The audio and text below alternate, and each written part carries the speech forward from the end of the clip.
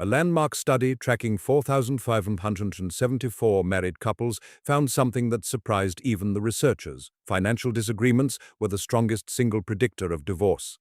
Ahead of arguments about children, about sex, or about in-laws, not close behind them, ahead of them, money fights are consistently ranked as the second leading cause of divorce in America, right behind infidelity. And 65% of married couples report frequent arguments about money. But here is what almost nobody explains clearly. It is not really about the money. Couples who argue about finances at least once a week are 30% more likely to divorce. And when one partner believes the other spends foolishly, that risk jumps 45%. That higher risk applies to both partners, not just the one being judged.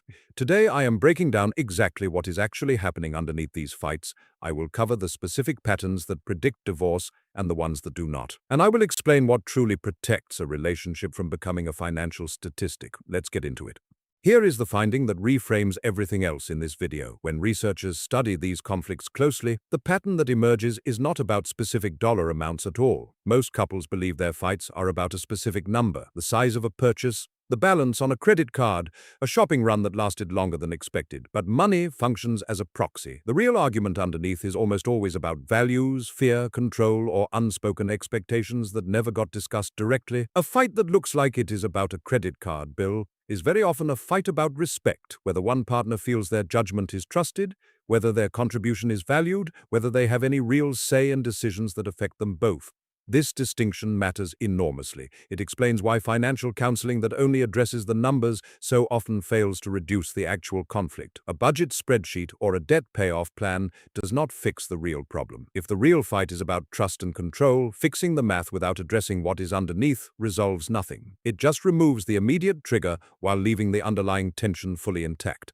And that tension simply waits for the next receipt to reignite it. Now, not all money disagreements carry the same risk. Understanding the specific pattern that predicts divorce is far more useful than just knowing that money fights happen often. Frequency alone matters. Couples who argue about money at least once a week are 30% more likely to divorce than couples who do not. But the sharpest predictor is not frequency, it is judgment. When one spouse believes the other spends foolishly, divorce risk jumps 45%, and critically, that increase applies to both partners, not just the one being judged as reckless.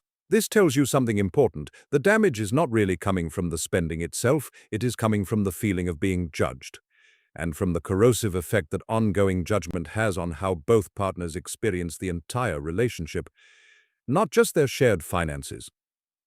Debt adds a separate, measurable layer of risk on top of this. Couples carrying $50,000 or more in debt are 40% more likely to divorce within 3 years of marriage.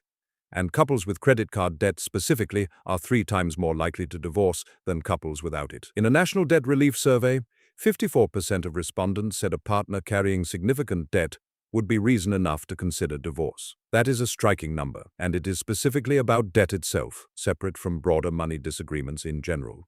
Now, let's talk about the behavior researchers point to as uniquely corrosive, more damaging than open disagreement itself. Financial secrecy. Bankrate's 2026 research found that 43% of Americans in committed relationships say financial infidelity is at least as bad as physical infidelity. That means hiding money, hiding debt, or hiding spending from a partner. And 1 in 4 people admit to keeping secret minor debt, expenses, or income from their partner right now. This matters because open disagreement, however uncomfortable, at least keeps both partners working from the same information. Secrecy removes that entirely, and when it is eventually discovered, as it usually is, it does not just reopen the original financial issue. It adds a second, often larger issue on top of it, a breach of trust that has nothing to do with the dollar amount involved. A partner discovering a small hidden expense often reacts less to the actual number, and more to the discovery that they were being managed rather than partnered with.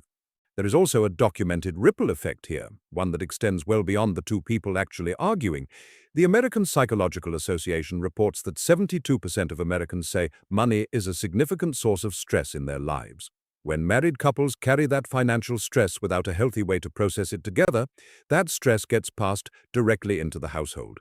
It affects children's sense of security, even when the actual argument is never directly witnessed. This is part of why unresolved money conflict tends to compound rather than fade on its own. It is not sitting in an isolated part of the relationship.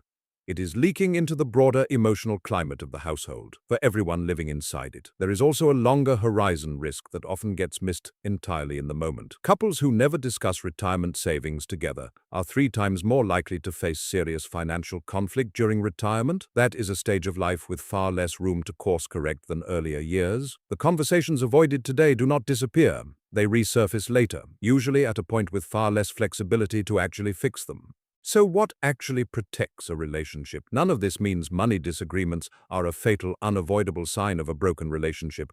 The research is specific about what separates couples who navigate this well from couples who do not, and it is not the absence of disagreement. First, the issue is rarely the argument itself. It is whether the argument gets repaired. Couples who fight but genuinely apologize, repair, and move forward tend to stay together. Couples who let financial arguments curdle into ongoing contempt tend not to. The presence of conflict is not the danger signal. The absence of repair is. Second, being actively heard changes the entire dynamic. Only 18% of spouses report feeling actively listened to during these conversations. That is a striking gap, and it helps explain why communication breakdowns so consistently precede divorce, separate from the financial content itself. A financial conversation where one partner genuinely feels heard produces a completely different outcome, even when the actual numbers discussed are exactly the same. Third, a structured, recurring money conversation measurably reduces conflict. Think of it as a monthly money meeting. It moves financial discussion out of the heat of the moment context, away from a surprise statement or a spontaneous purchase, and into a calm, scheduled space. A space where both partners can speak and actually be heard, without the conversation being triggered by an argument. So, let's bring this together. Money fights are the strongest predictor of divorce. But the money is rarely the real issue. Underneath the receipts and the balances sit deeper questions about values, trust, and control. Weekly arguments raise the risk. Judgment about spending raises it further for both partners. Debt and secrecy raise it more. And unresolved stress spreads through the entire household. But the pattern is not destiny. Repair matters more than the fight. Feeling heard matters more than the numbers. And a calm, scheduled money conversation can change the entire trajectory. The couples who last are not the ones who never argue about money. They are the ones who learn to talk about what the money was really about all along.